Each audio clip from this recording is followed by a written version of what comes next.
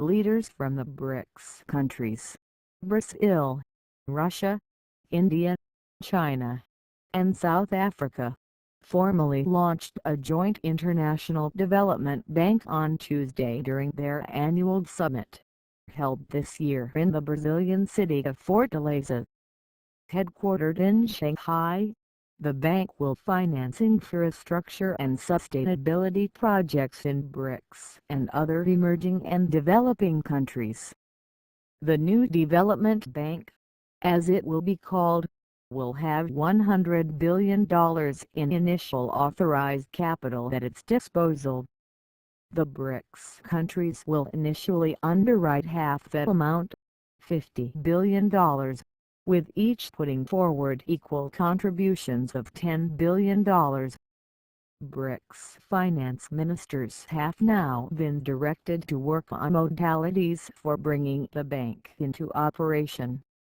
Officials have said that other countries, multilateral institutions, and investment banks could eventually become bank shareholders, though their participation will be subject to BRICS. This initiative will receive $100 billion in initial subscribed capital, with China contributing the largest share of the funding at $41 billion.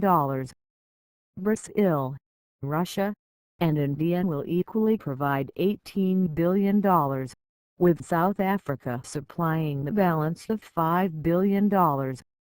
IMF reform. In the background, the New Development Bank is meant to mirror the World Bank, and the CRA will be set up similarly to the IMF.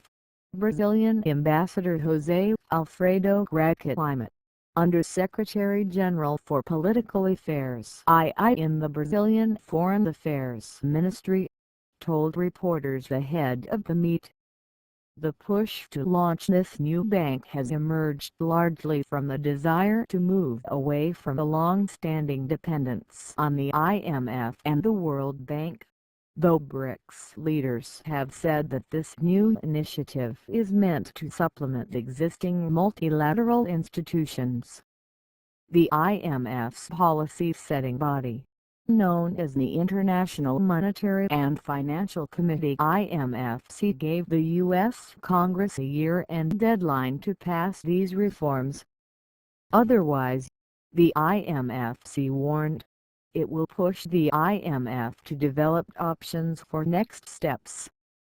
The five-country group made similar calls regarding World Bank reform, stressing that the implementation of more democratic governance structures and improved financial capacity would be key in helping the institution bring to bear its goal to end extreme poverty by 2030, as pledged a year ago. Clarity on Bali trade deal. Another key question ahead of this week's meet was whether India might clarify, or even change, its controversial position on the implementation of the WTO's Trade Facilitation Agreement (TFA), which was agreed upon at the Global Trade Buddies' 9th Ministerial Conference MC9 in Bali, Indonesia last December.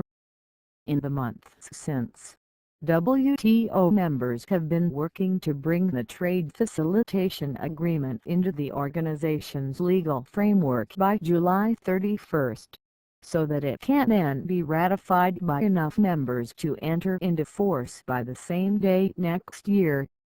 Bringing the TFA into the WTO agreement requires the adoption of a protocol of amendment by members.